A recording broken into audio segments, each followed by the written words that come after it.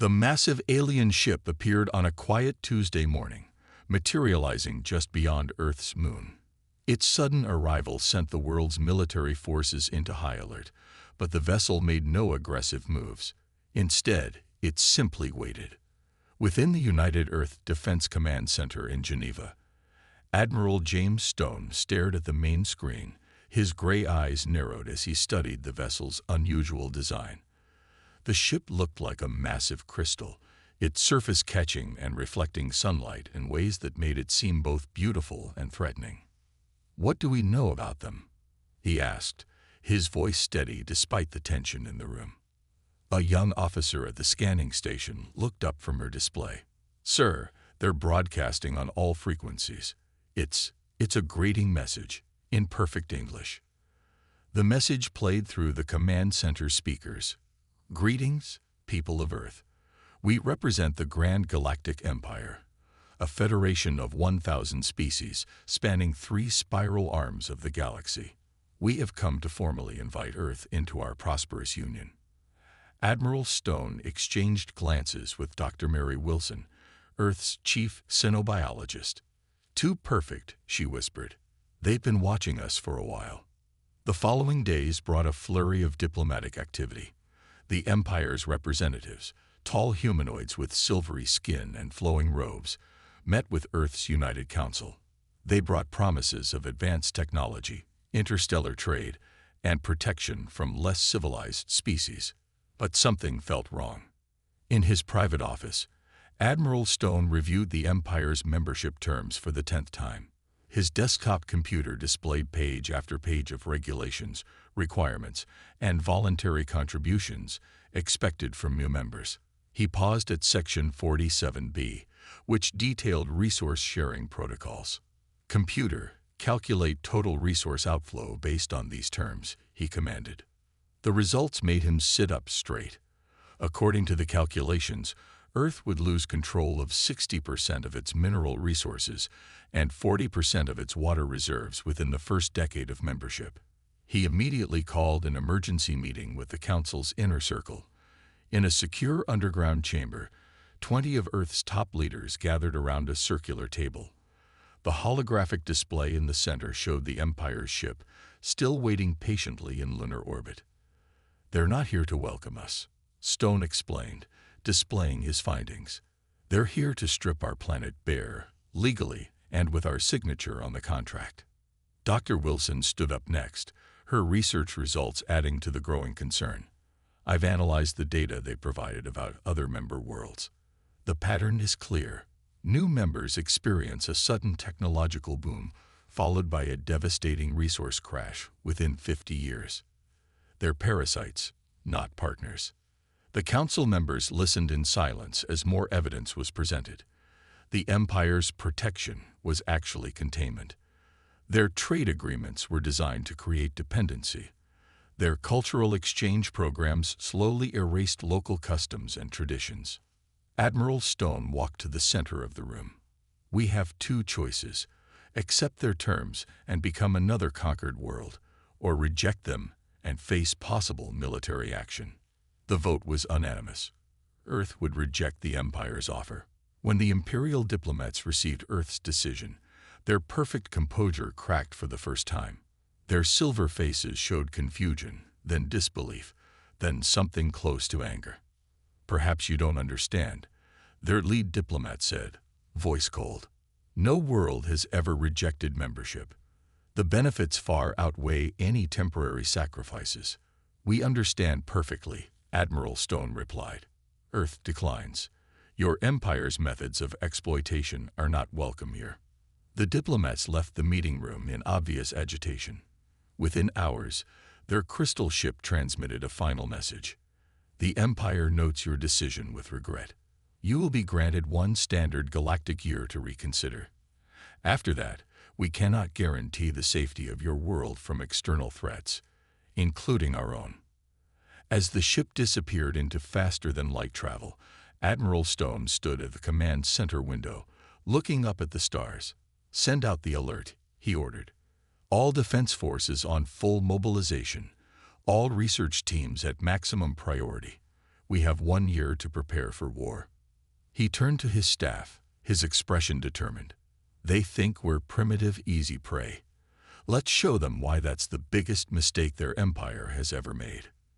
In orbit, Earth's first line of defense satellites quietly powered up, their new quantum shields humming to life. The game of catch-up had begun, but humanity had a few surprises of its own ready to deploy. The Empire had just made a serious error. They had threatened Earth. The next 6 months transformed Earth into a bustling hive of military preparation. In every major city, defense towers rose into the sky, their surfaces covered with the new quantum-resistant materials that Earth's scientists had developed. Captain Lisa Walker stood on the deck of humanity's first true space warship, the EDF Thunder. At 42 years old, she had spent her entire career preparing for space combat, but never imagined it would be against an empire of 1,000 worlds. "Engine test complete, Captain," her engineer reported through the ship's comm system. "The new fusion drives are working better than expected." Lisa smiled. The Thunder was different from the Empire's crystal ships. It was built like an ocean battleship, tough and solid, with thick armor plates and hidden weapon systems. While the Empire relied on elegant energy shields, Earth had chosen a different path. In the main research facility beneath the Rocky Mountains, Dr. Anna Thompson made another breakthrough. Her team had discovered how to block the Empire's scanning technology using Earth's most abundant resource, water. "Look at this," she said to Admiral Stone, who had come to check on their progress. She activated a small device, and a cup of water on her desk became completely invisible to their most advanced sensors. "Water molecules," she explained, "when properly aligned, can create a field that scatters their scanning beams. We're calling it the Ghost Shield." She paused, then added with a grin, "And we have a lot of oceans." The Admiral nodded, impressed. "How soon can we deploy this across the fleet?" 2 months. We're already installing the systems on Captain Walker's ships. Around the world, other preparations moved forward at full speed. Old missile silos were converted into quantum cannon bases. Civilian space stations were quietly armed with defensive weapons. But Earth's greatest weapon was something the Empire would never expect: the Internet. Earth's massive network of computers began running simulations of every possible battle scenario. Military AIs learned and adapted, finding weaknesses in Imperial tactics. Unlike the Empire's rigid command structure, Earth's forces would be flexible, unpredictable. One morning, as Captain Walker supervised the installation of Ghost Shield systems on her growing fleet, she received an urgent call. "Captain, multiple ships detected at the edge of the solar system," her sensor officer reported. "They're not Imperial designs. The ships belong to other species, refugees from the Empire's expansion. They had heard about Earth's defiance and came offering help. Their knowledge of Imperial tactics and technology proved invaluable." Among them was a ship captain named Max, whose species had fought the Empire centuries ago and lost. "Your water-based technology is brilliant," he told Captain Walker during a strategy meeting. "The Empire relies too heavily on their standard scanning systems. They've become predictable." In the final months before the Empire's deadline, Earth's preparation reached its peak. The Thunder was joined by 30 sister ships, each equipped with Ghost Shield technology and weapons that combined Earth's brute force approach with elegant alien innovations. Admiral Stone stood in the Global Command Center, now deep underground beneath the Swiss Alps. Holographic displays showed Earth's defensive network, a web of satellites, ships, and ground-based weapons, all connected by quantum computers and protected by water-based stealth systems. "Status report," he ordered. "Ghost Shield network at 100% coverage," came the first response. "Orbital defense grid fully operational," followed another. "Ground-based cannons ready and camouflage. All ships report combat ready." Captain Walker's voice came last from her position leading the space fleet. "Thunder Squadron in position, Admiral. We're ready to greet our uninvited guests." The Admiral looked at the countdown clock showing the time until the Empire's deadline. 48 hours, Earth appeared unchanged from space, the same blue planet the Empire had discovered. But beneath that peaceful surface, humanity had created a defense network unlike anything the galaxy had seen before. "Send a message to all commands," Admiral Stone ordered. "Operation Lockout is now active. If the Empire wants Earth, they'll have to earn it." In high orbit, Captain Walker watched the sun rise over Earth's curve.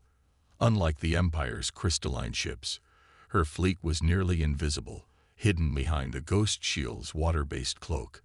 The Empire would expect to find a primitive world, easy to conquer. Instead, they would face humanity at its most creative and determined. The trap was set. Now they just had to wait for the Empire to spring it. The Empire arrived exactly on schedule. Their fleet emerged from light speed in a dazzling display of power. 500 crystal ships forming a perfect attack pattern. They filled Earth's sky like a swarm of angry diamonds, each one larger than any ship humans had built before. In the underground command center, Admiral Stone watched calmly. "Right on time," he said, "and just as arrogant as we expected." The Imperial Fleet's commander wasted no time. His message boomed across all frequencies. "People of Earth, you have rejected the Empire's generous offer. Now witness the price of defiance. Surrender now, or we will demonstrate our power." Captain Lisa Walker, hidden with her fleet behind the dark side of the moon, allowed herself a small smile. The enemy ship's scanners swept the space around Earth, finding nothing but a few primitive satellites and space stations. "All ships maintain Ghost Shield coverage," she ordered quietly. "Let them think they have us outgunned." The first Imperial ships entered low Earth orbit, their weapons powering up. They expected to find a helpless planet. Instead, they found empty space where their scans showed cities should be. "Having trouble with your scanners?" Admiral Stone's message carried a hint of amusement. "Maybe you should have studied Earth's oceans more carefully." The Ghost Shield, powered by Earth's vast oceans, had turned the entire planet invisible to Imperial technology. The Empire's mighty fleet was now shooting blind. That's when Captain Walker gave the order. "Thunder Squadron, weapons free. Show them what Earth can do." The trap was sprung. From behind the moon, 30 Earth ships appeared like ghost ships from old sailing legends. Their water-based shields made them appear and disappear at will, confusing Imperial targeting systems. The Thunder led the charge, its solid hull absorbing hits that would have destroyed Imperial shields. Earth's ships didn't rely on energy shields. They were built to take hits and keep fighting, just like the old battleships of the sea. "All ships, execute Battle Plan Ocean," Walker commanded.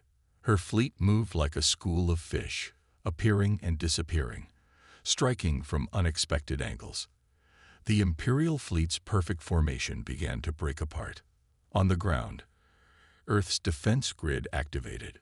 Quantum cannons fired from hidden locations, their shots guided by AI systems that had studied Imperial evasion patterns.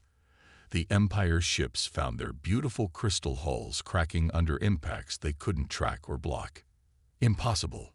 The Imperial commander's voice had lost its confidence. "Their technology is primitive. They can't." His transmission cut off as Captain Walker's Thunder burst through a cloud of debris, firing its main guns point-blank into an Imperial flagship. The massive crystal ship shattered like glass. The battle raged for hours. Imperial ships, unable to find their targets, began firing randomly. But Earth's forces stayed methodical, disciplined. The Ghost Shield made their planet and ships nearly invisible, while the Empire's crystal ships stood out like stars against the black of space. In the command center, Admiral Stone watched the Imperial fleet's perfect formation dissolve into chaos. "Send the message," he ordered. All across the battlefield, Earth's forces transmitted the same words. "Leave Earth's space now. This is your only warning. Our space is forbidden to your empire."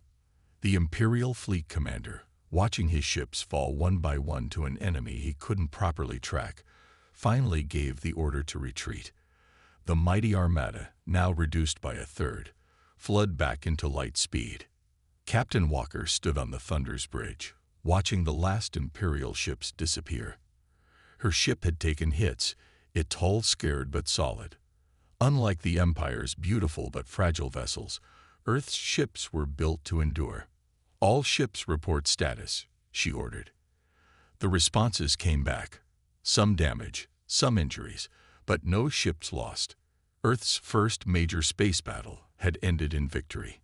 In the command center, Admiral Stone allowed himself a brief moment of satisfaction. "Send word to all Earth's forces," he ordered. "Phase 1 complete. But this was just their first attack. They'll be back, and next time, they'll be ready for our tricks." Looking at the tactical display, he added quietly, "The real war starts now." On the main screen, debris from destroyed Imperial ships drifted through space, a warning to any who would threaten Earth. The battle was over, but the message was clear. Earth would not be conquered. News of Earth's victory spread through the galaxy like wildfire. On 1,000 worlds, beings of all shapes and sizes watched leaked footage of the mighty Imperial fleet retreating from a primitive planet. The Empire's image of invincibility had cracked. Commander Thomas Reed sat in a simple meeting room on the neutral trading station of Haven, facing representatives from 3 different species who had secretly contacted Earth. His job was to build alliances without attracting the Empire's attention.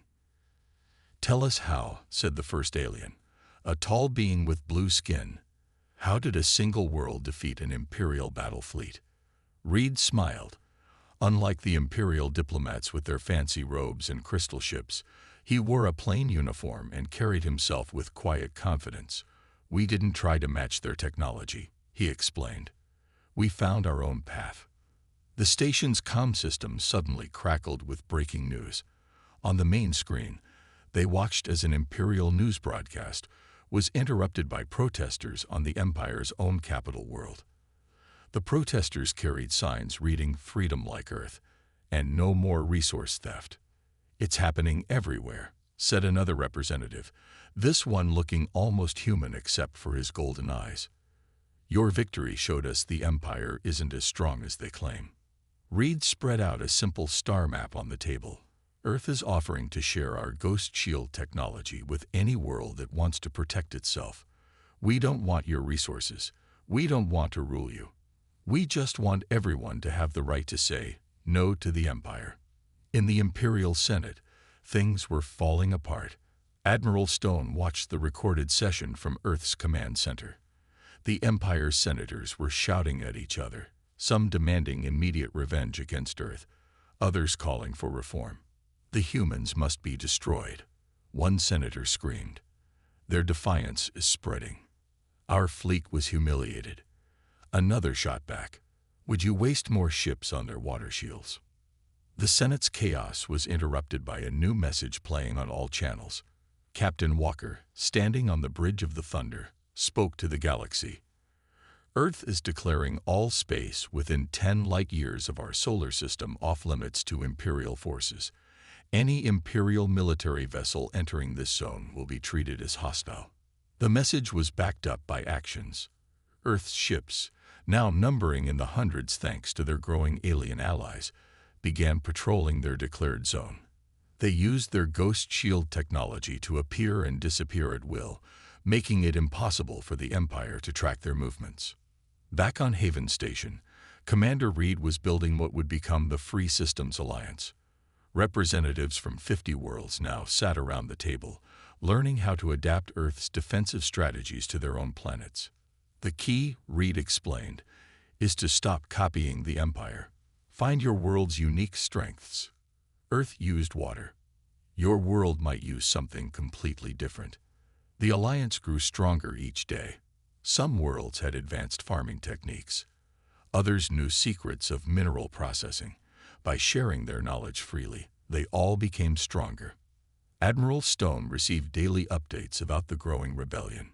"The Empire made a serious mistake," he told his staff. "They spent so long forcing everyone to be the same. They forgot that different cultures and different ways of thinking make us all stronger." In the Empire's capital, the protests grew larger. Centuries of tight control were breaking down. The Empire had always claimed they needed strict rules to keep the peace. Earth had shown there was another way. Captain Walker's fleet escorted ships filled with refugees to safe worlds. The Empire's perfect order was crumbling, but humanity made sure the chaos didn't hurt innocent people. "This is why Earth won," a refugee told her as they watched their ship land safely. "You don't just fight well, you protect others." In the command center, Admiral Stone studied reports of more worlds declaring themselves free of Imperial control. The Empire's iron grip was failing not because of Earth's weapons, but because of Earth's ideas. "Send a message to all our allies," he ordered. "Phase 2 is complete. The Empire is losing control. But be ready. They won't accept defeat easily. Their next attack will be desperate, and desperate enemies are the most dangerous."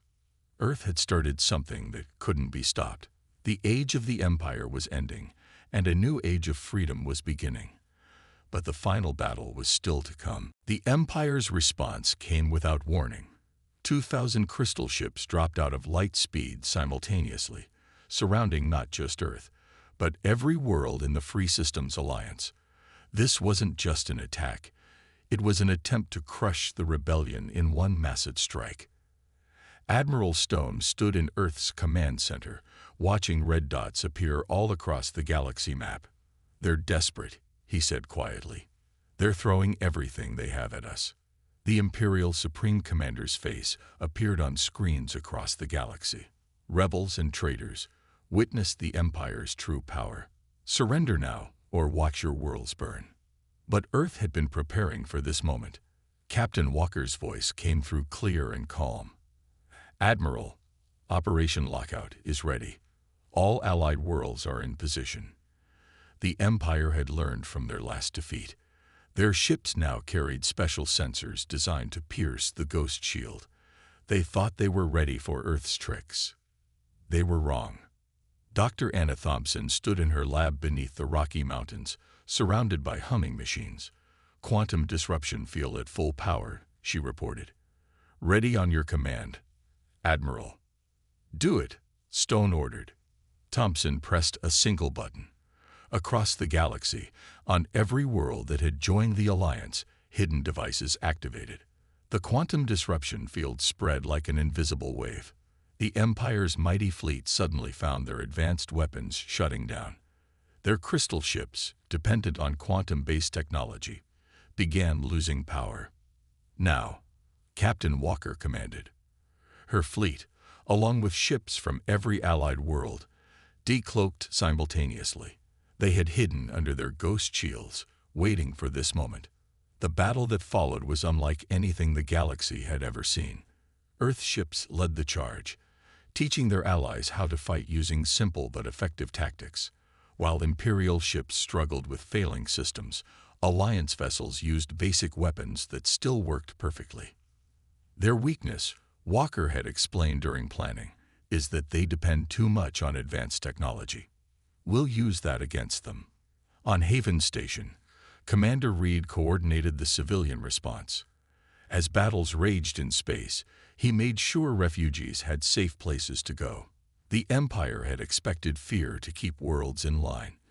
Instead, their attack had united the rebels more strongly than ever. The Imperial Supreme Commander watched in horror as his perfect plan fell apart.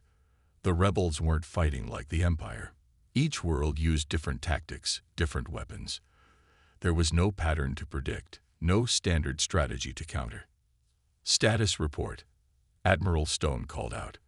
"Alliance worlds holding strong," came the response. "Imperial forces retreating in 7 sectors. Dr. Thompson's disruption field is working better than expected." The Empire had built their forces to fight enemies like themselves. Organized, standardized, predictable. But Earth had taught their allies to be unpredictable, to use their unique strengths. In sector after sector, Imperial ships retreated. Some tried to fight with backup systems, but they were designed for emergency landings, not combat. Against the prepared Alliance forces, they stood no chance. Captain Walker's Thunder led a charge straight through the Imperial formation. Her ships didn't try to look elegant or advanced. They were tough, practical vessels that got the job done. "Look at their formation," she told her crew. "They still can't adapt. They're still fighting by the book, even when the book isn't working." The battle raged for 3 days. Earth coordinated the Alliance response, but didn't try to control it. Each world fought in its own way, creating chaos that the Empire couldn't handle. Finally, the Imperial Supreme Commander gave the order to retreat. Their mighty fleet, now reduced by half, fled into light speed, leaving behind broken ships and broken pride. In the aftermath, Admiral Stone received messages from across the galaxy. More worlds were joining the Alliance, seeing how Earth's way of fighting, adaptable, practical, united but independent, had defeated the Empire's superior numbers. "Send word to all Alliance worlds," Stone ordered. "The Empire's main fleet is beaten, but this isn't over. They'll pull back to their core worlds now. Phase 3 begins. We take the fight to them." The Empire had tried to crush the rebellion with one massive strike. Instead, they had only proved that Earth's greatest weapon wasn't technology or tactics. It was the idea that every world deserved to be free. The Empire's core worlds burned, not from weapons, but from revolution.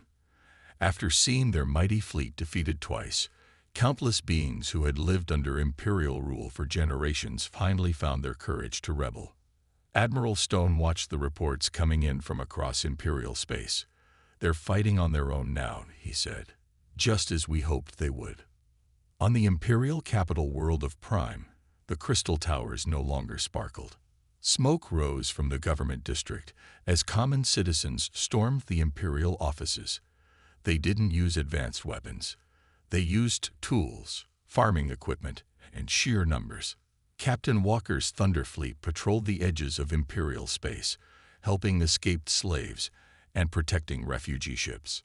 Another group of Imperial soldiers wanting to surrender, her comm officer reported. "Give them the usual terms," Walker ordered.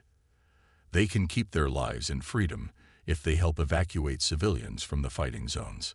The Empire's own soldiers were turning against them. Not all at once, but ship by ship, unit by unit.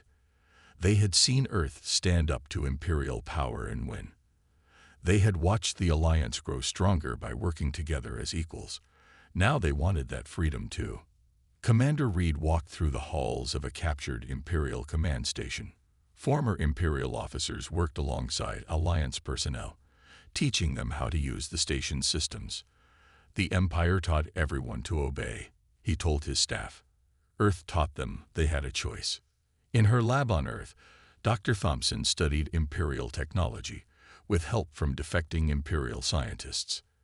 "They're brilliant," she said to Admiral Stone during a briefing. "But the Empire forced them all to think the same way. Now they're learning to be creative again." The Imperial Senate became a battlefield. Senators who had enjoyed power for centuries found themselves facing angry crowds. The people they had ruled over were no longer afraid. "You told us Earth was primitive," one former Imperial governor shouted during the chaos.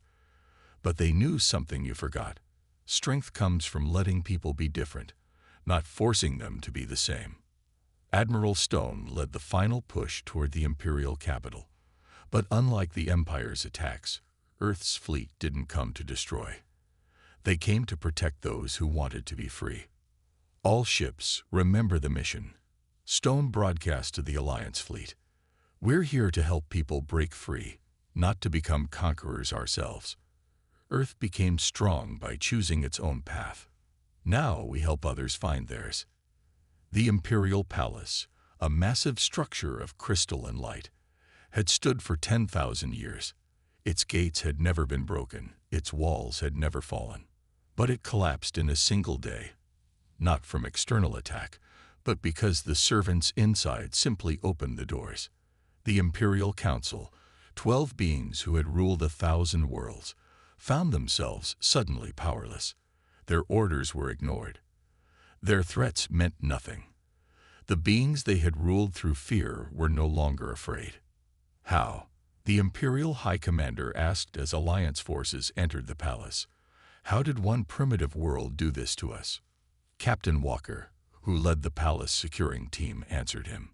We didn't do this to you. You did it to yourself. You made everyone so afraid of being different that they forgot who they were. Earth just reminded them. The revolution spread like wildfire through the Empire's perfectly ordered society. But it wasn't chaos. Earth had taught the Alliance well. On each world, local leaders stepped up to maintain order, to protect their people, to build something new. Commander Reed organized emergency services across former Imperial space. Earth's ships delivered food and supplies to worlds that had been dependent on Imperial support. The Alliance proved it could build as well as fight. In the command center, Admiral Stone received the final report. The Imperial Council had surrendered. The empire that had ruled for 10,000 years had fallen in less than 2. Send word to Earth, he ordered. Phase 3 is complete. But we're not done yet. He looked at the galaxy map, now showing hundreds of newly free worlds trying to find their way. The hard part comes next, he said quietly, teaching them how to stay free without becoming like the Empire themselves. The revolution was over. The real work of building a new galaxy was about to begin. 1 year after the Empire's fall, representatives from 500 formerly Imperial worlds gathered on Earth. They met not in a grand crystal palace, but in a simple conference center beside the blue waters of the Pacific Ocean. Admiral Stone, now gray-haired but standing tall, addressed the gathering. Welcome to Earth, he said, the planet that once banned an empire and now welcomes friends. The hall was filled with beings of all shapes and sizes. Some breathed different air, others needed special gravity controls. But unlike Imperial meetings where everyone tried to look the same, here each species proudly showed their unique nature. Captain Walker, her thunder now a symbol of freedom across the galaxy, stood guard in orbit. Her fleet patrolled not to control, but to protect. Another group of traders requesting landing clearance, her comm officer reported. Guide them in, she ordered. Just make sure they follow the new rules. No weapons, no attempt to copy Earth's defense systems, and respect for all other species. These were the principles of the new Galactic Federation of Free Worlds. Each planet governed itself. Each species followed its own path. Earth refused to become the new empire, choosing instead to serve as a neutral meeting ground. Commander Reed, working from the renamed Freedom Station, formerly Haven, coordinated trade between worlds. The Empire forced everyone to trade through them. He explained to a group of new merchant captains, now you can trade directly with each other, using whatever works best for your worlds. In her lab, Dr. Thompson hosted scientists from 100 worlds. They shared knowledge freely, but with one strict rule that came to be known as the Walker Doctrine. Every world must develop its own way of doing things. Earth's ghost shield works because we used water, something unique to our world, she told them. Your defenses should use what makes your world special. Then came the day of Earth's greatest revelation. Admiral Stone stood before the Federation Council and shared a secret that stunned the galaxy. Earth knew about the Empire for centuries, he announced. Our old radio telescopes picked up their transmissions. Our early space probes found their beacons. But we chose to stay silent, to develop in our own way. The hall erupted in surprised whispers. Stone continued. We watched the Empire force every world to be the same. We saw them crush creativity and independence. So Earth chose isolation until we were ready, not to conquer, but to show another way. This explains so much. Earth's unusual technology, their different way of thinking, their careful planning. They had prepared not just to fight the Empire, but to help build something better. Captain Walker implemented the new defense protocols. Federation worlds didn't build one giant fleet like the Empire. Instead, each world created its own unique defense force, all working together but remaining independent. Look at how they organized their ships, one alien observer noted.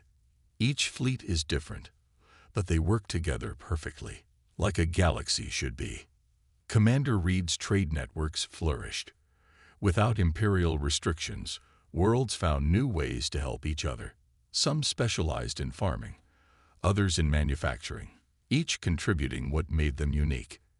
In the underground command center, now converted into a Federation emergency response hub, Admiral Stone made his final decision. "It's time," he told his staff. "Implement the last protocol." Across Earth's territory, the warning buoys activated. They'd broadcast a simple message to any ships entering Earth's space. "Welcome to Earth territory. This region is protected by the Freedom Accords. All peaceful vessels are welcome. Any attempt to conquer, control, or force others to change their ways is forbidden. Earth remembers the Empire. We choose to be different." Stone looked at the galaxy map one last time before retiring. The former Imperial worlds now shone with different colors, each representing a unique culture growing in its own way. "The Empire tried to make everyone the same," he said to his replacement, a young admiral from one of the first worlds to join the Alliance. Earth showed them the real power of space civilization, letting everyone be different. As the sun set over the Pacific, ships from 100 worlds moved peacefully through Earth's skies. The Empire was gone. In its place was something better, a galaxy where every world could choose its own path. Earth had banned an empire and built a federation. But their greatest victory wasn't in fighting. It was in showing the galaxy how to be free.